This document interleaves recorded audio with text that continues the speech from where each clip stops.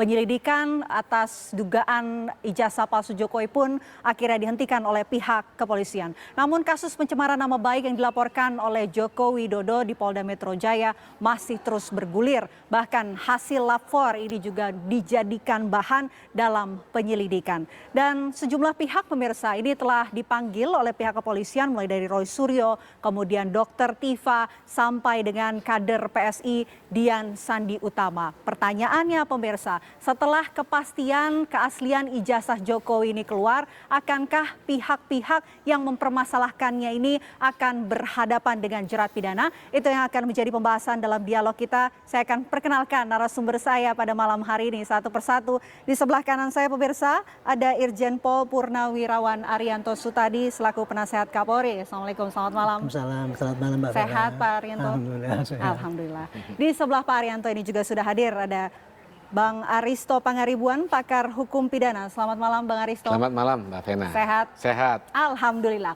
Oke, kalau begitu saya mau ke Pak Arianto terlebih dahulu. Pak Arianto, ini kan Bareskrim Polri akhirnya menghentikan penyelidikan atas dugaan ijazah palsu dari Pak Jokowi ya. Nah, banyak yang bertanya-tanya juga, apa sih sebetulnya dasar atau dari sisi teknis begitu sehingga pihak penyidik menghentikan penyelidikan dari dugaan ijazah palsu ini?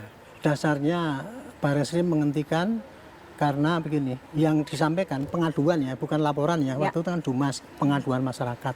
Pengaduan yang disampaikan oleh para pengadu itu, kan dia mengatakan itu bukti-bukti bahwa ini terjadi bukti-bukti bahwa ijazahnya Pak Jokowi itu palsu, gitu kan, menurut dia. Ya.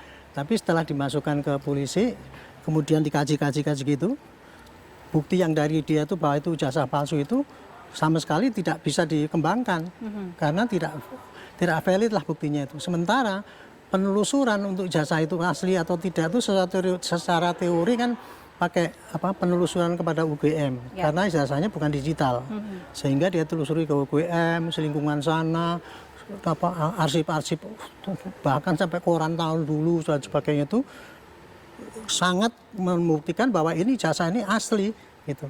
Maka Bareskrim ketika menerima itu kan penyelidikan ya, yang nggak ada unsur apa-apa ya dia nggak akan melanjutkan ke penyidikan, pasti dianggap bahkan ditambah dengan lapor. Lapor itu sebenarnya tidak perlu untuk itu, tapi karena kemarin itu ditantang oleh mereka bahwa mereka pakai pembuktian forensik itu ya, maka Bareskrim menambahkan yang tadinya itu sudah membuktikan bahwa itu ijazah asli dari penelitian yang nggak pakai digital, tapi kemudian ditambahi dengan lapor itu, diumumkanlah dengan pembanding ijazahnya Pak Jokowi dengan pembanding ijazah yang lain yang asli, 3 itu dibandingkan itu identik gitu. Ini masih dicanggah kan sama ini orang yang nggak tahu hukum itu. Oke, kalau soal identik proses itu otentik dan sebagainya itu menunjukkan orang yang nggak ngerti hukum bagaimana prosedur lapor itu. Tapi sekarang malah masih ngotot. Bareskrim saya senang itu langsung tidak diteruskan ya gitu. Cuman yang saya sayangkan waktu itu tidak digelar gitu sehingga dituduh bahwa itu apa yang saya ceritakan tadi itu nggak bisa diketahui oleh pelapor maupun yang terlapor itulah, sehingga mereka gencar memprovokasi bahwa itu berat sebelah.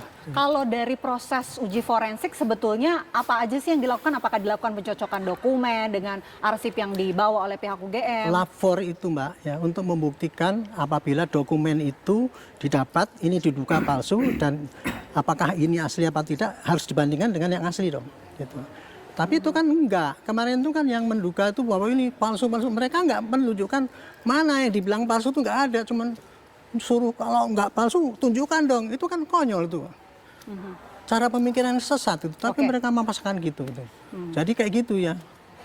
Saya kira polisi sudah bagus kawan.